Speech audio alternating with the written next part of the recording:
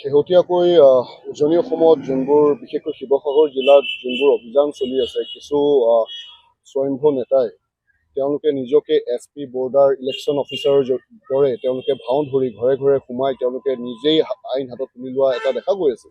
এই সংক্ৰান্তত যোৱাকালি দুখনকৈ টক শ্ব'ত মই বহিব লগাত পৰিছিল। তাৰে এখন টক শ্ব' এটা ব্যক্তিগত চেনেলত মই গেষ্ট আছিলোঁ। তাত বিভিন্ন ৰাজনৈতিক দলৰ গেষ্টৰ উপৰিও উজনি অসমৰে এটা সংগঠনৰ নিজক নেতা হিচাপে পৰিচয় দিয়া নাম কিবা শৃংখল চলিহা তেওঁ আছিল দূৰৰ পৰা।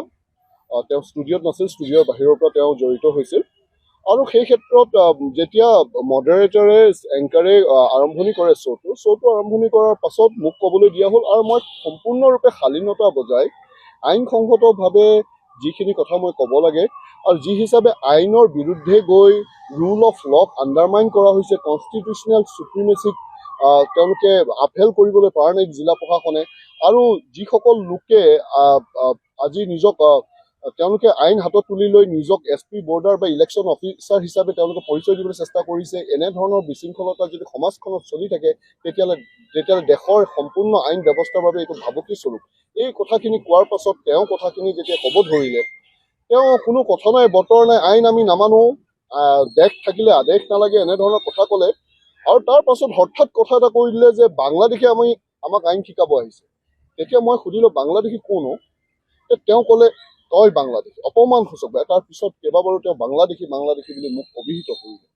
এতিয়া কথা হ'ল, মই আজি 10 বছৰ ধৰি এইখন গুৱাহাটী উচ্চ ন্যায়ালয়ত মই প্ৰেক্টিচ কৰি আছোঁ।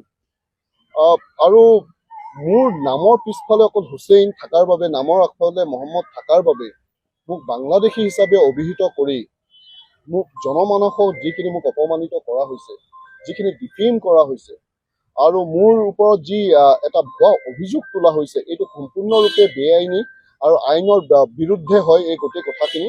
সেয়েহে আজি মই আইনগতভাৱে আজি চিফ জুডিচিয়েল মেজিষ্ট্ৰেট কামৰূপ মেট্ৰত মই এখন ক্ৰিমিনেল ডিফেমেশ্যন কেছৰ লগতে তাৰ লগত যিখিনি জড়িত ছেকশ্যনছ আছে, যে দেশত বা ৰাজ্যত যি এটা এনিমিটি সৃষ্টি কৰিবলৈ চেষ্টা কৰিছে, তেওঁলোকে কমিউনেল টেনশ্যন এটা সৃষ্টি কৰিবলৈ চেষ্টা কৰিছে, এই গোটেইখিনি দফা সংলগ্ন কৰি এটা ক্ৰিমিনেল কেছ এটা মই ইতিমধ্যে ফাইল কৰিছোঁ।